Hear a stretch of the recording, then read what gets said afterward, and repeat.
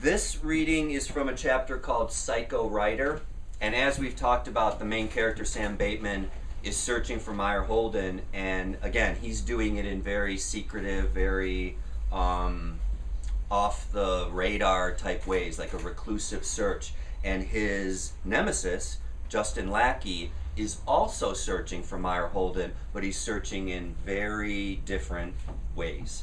And this chapter, the main character, Sam, discovers, I guess, to what extent Justin Lackey is going to go to. If you're asking what sparked this trip down memory lane, it's something I hear Lackey say. Not to me directly, but to a room of impressionable new fish dying to swim in his Kool-Aid. Positioned in the back of a big conference room at Establishing Shot Productions, Lackey's newborn development firm, I run a finger across my mustache. Check that. Fake mustache. Risky move, but I'm glad I'm here. Helps to have a girlfriend who whispered me the intel regarding this little meeting, which she overheard Lackey discussing on the phone before their dinner a few nights prior. Meeting is supposed to be starting, but no sign of the man of the hour. Volume in the room goes from 11 to pin drop, and Lackey walks right by me en route to the head of the class. Doesn't notice me, not even close. Didn't even recognize myself in the mirror before heading here. Helps to have a girlfriend who's adept at makeup and wardrobe. Hair combed across my forehead, hanging into my eyes, glasses, plus the fake lip tickler. Look 10 years younger, 10 times more geek. Sad to say, but I fit right in. Lackey smiles at the room, nerd herd applause. Half expect him to raise his arms and spout, "Can you dig it?" What he does spew is way more entertaining. Here's the thing about writers. They're a cantankerous lot. I'm not a fan of them. But I am a fan of their end result. They write scripts. Scripts are the blueprint for movies. Movies are my trade. But I avoid hearing the live version of any writer at all costs. Instead, opting for the Courier 12 version of them. If you've ever heard them talk, you probably do the same. And if you fancy yourself a writer, well, I refuse to apologize for being honest. He laughs at his own joke. Writers, they're borderline grading, and they always want to tell you about every idea they ever thought of putting on paper. Writers think that you care about a character's backstory, and their own backstory for that matter.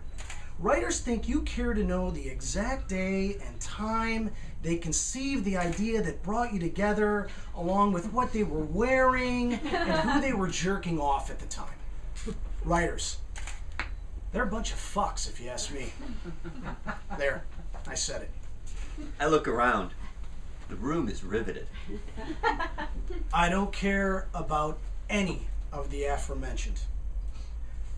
I only want to know what they're working on and when it will be delivered to my doorstep. Look, I'm not antisocial, but tell me, what is compelling about a writer's ability to craft a thought, a concept, and a sentence into an entertaining story? It's a lonely and maddening process, which turns the lot of them into desperate, socially retarded lepers. Giving them an audience is like sending them into a strip club with an endless amount of funny money. They suddenly think everyone wants to be around them. It doesn't take a moron to know the love comes from the sharks when they smell a profit prevails. Most are morons, though. Which is why I find it ironic I'm chasing a writer. Stalking one, if you will.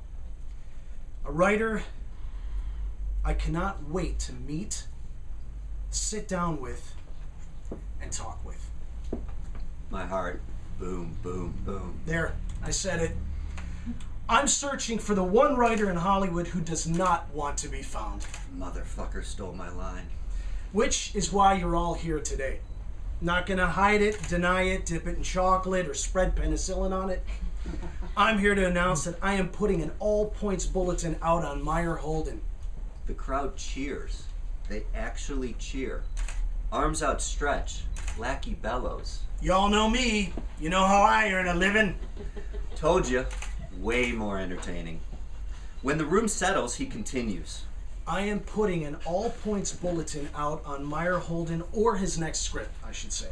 And you, the valued readers of this unappreciative city, have gathered to hear my pitch. Well, here it is. I appreciate you. I value you. I want you to work for me. I want these offices to be your home, all of you, if I'm so lucky to convince each and every one of you. I look around. Must be more than 120 here. Lackey continues, throwing his weight into the words. I'll pay you more than anyone else. You will never take work home with you. Meals are on the house. Murmurs permeate the room. Not sure which of the three is sparking the discussion, but together they set the room abuzz, which spreads a smile on Lackey's face. Starting to get what's up his sleeve, but I'm smarter than the average nerd. Never take work home, free in-house meals.